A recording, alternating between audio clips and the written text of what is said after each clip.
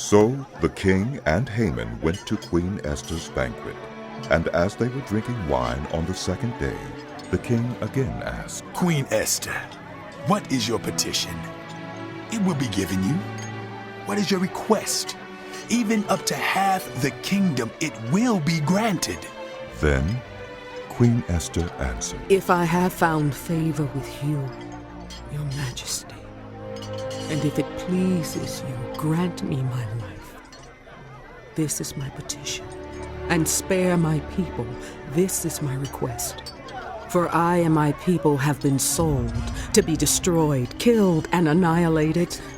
If we had merely been sold as male and female slaves, What? I would have kept quiet. What are you saying?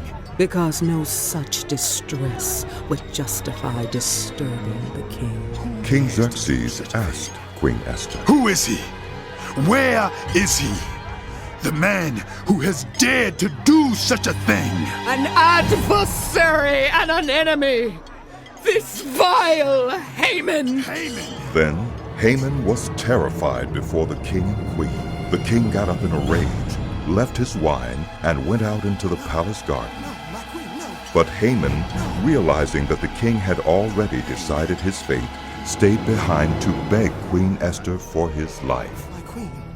Just as the king returned from the palace garden to the banquet hall, Haman was falling on the couch where Esther was reclining. The king exclaimed, Will he even molest the queen while she is with me in the house?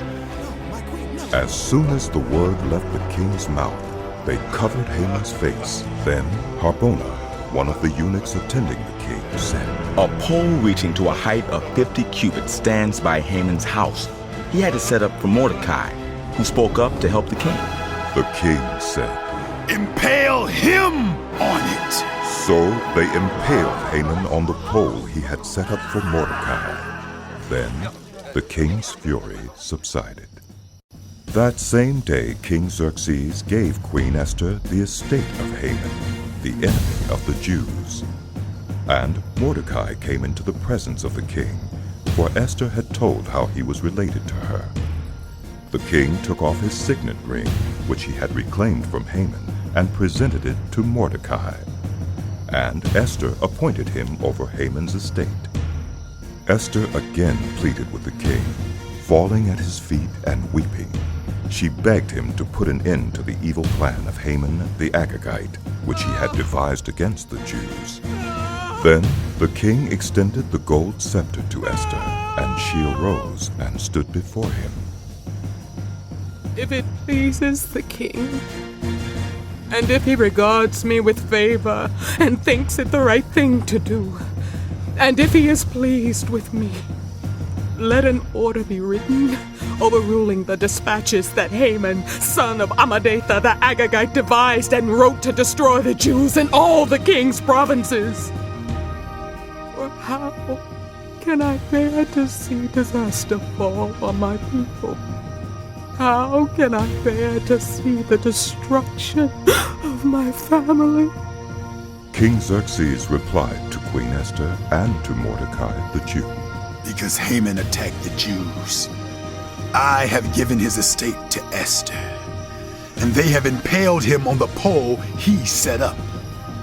Now write another decree in the king's name in behalf of the Jews, as seems best to you, and seal it with the king's signet ring. For no document written in the king's name and sealed with his ring can be revoked. At once the royal secretaries were summoned. On the 23rd day of the 3rd month, the month of Sivan, they wrote out all Mordecai's orders to the Jews and to the satraps, governors, and nobles of the 127 provinces stretching from India to Cush. These orders were written in the script of each province and the language of each people, and also to the Jews in their own script and language. Mordecai wrote in the name of King Xerxes, sealed the dispatches with the king's signet ring, and sent them by mounted couriers who rode fast horses, especially bred for the king. The king's edict granted the Jews in every city the right to assemble and protect themselves, to destroy, kill and annihilate the armed men of any nationality or province who might attack them and their women and children, and to plunder the property of their enemies. The day appointed for the Jews to do this in all the provinces of King Xerxes was the 13th day of the 12th month, the month of Adar. A copy of the text of the edict was to be issued as law in every province and made known to the people of every nationality, so that the Jews would be ready on that day to avenge themselves on their enemies. The couriers riding the royal horses went out, spurred on by the king's command, and the edict was issued in the citadel of Susa. When Mordecai left the king's presence, he was wearing royal garments of blue and white, a large crown of gold, and a purple robe of fine linen. And the city of Susa held a joyous celebration. For the Jews it was a time of happiness and joy, gladness and honor. In every province and in every city to which the edict of the king came, there was joy and gladness among the Jews, with feasting and celebrating. And many people of other nationalities became Jews, because fear of the Jews had seized them. On the 13th day of the 12th month, the month of Adar, the edict commanded by the king was to be carried out.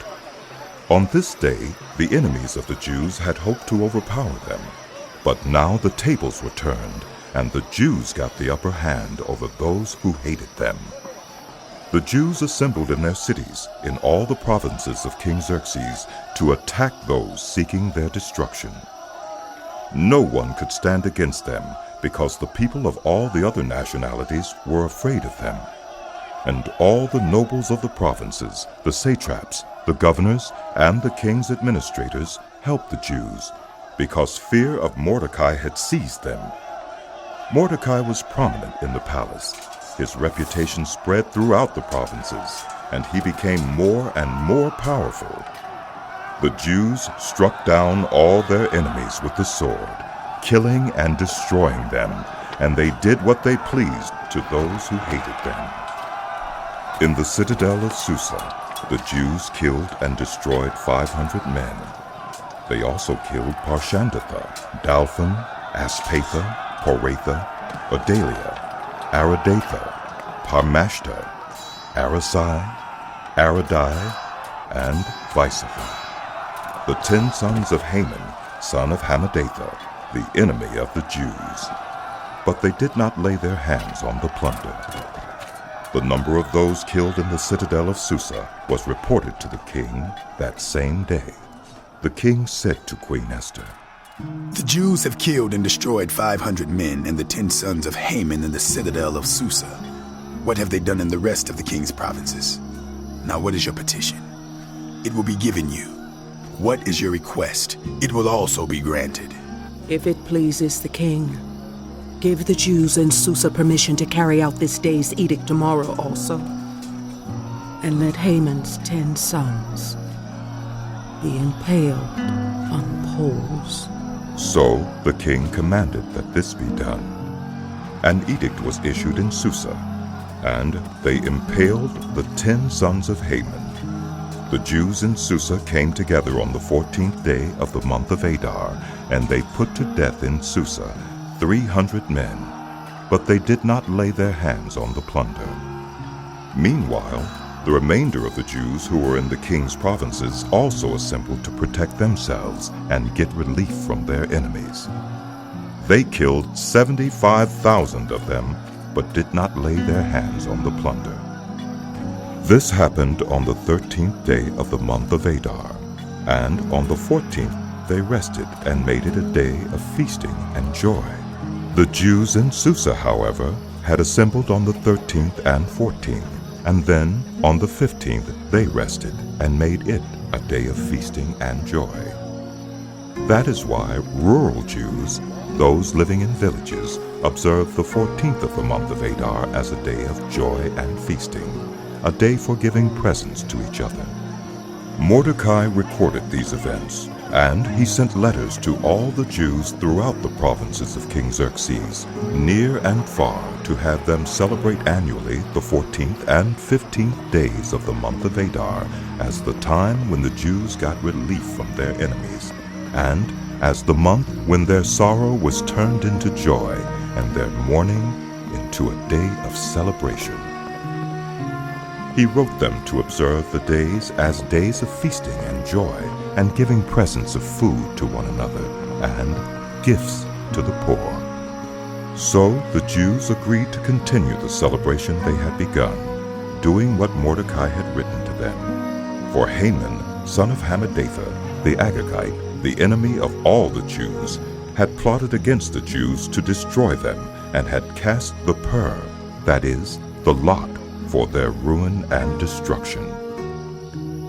But when the plot came to the king's attention, he issued written orders that the evil scheme Haman had devised against the Jews should come back onto his own head, and that he and his sons should be impaled on poles.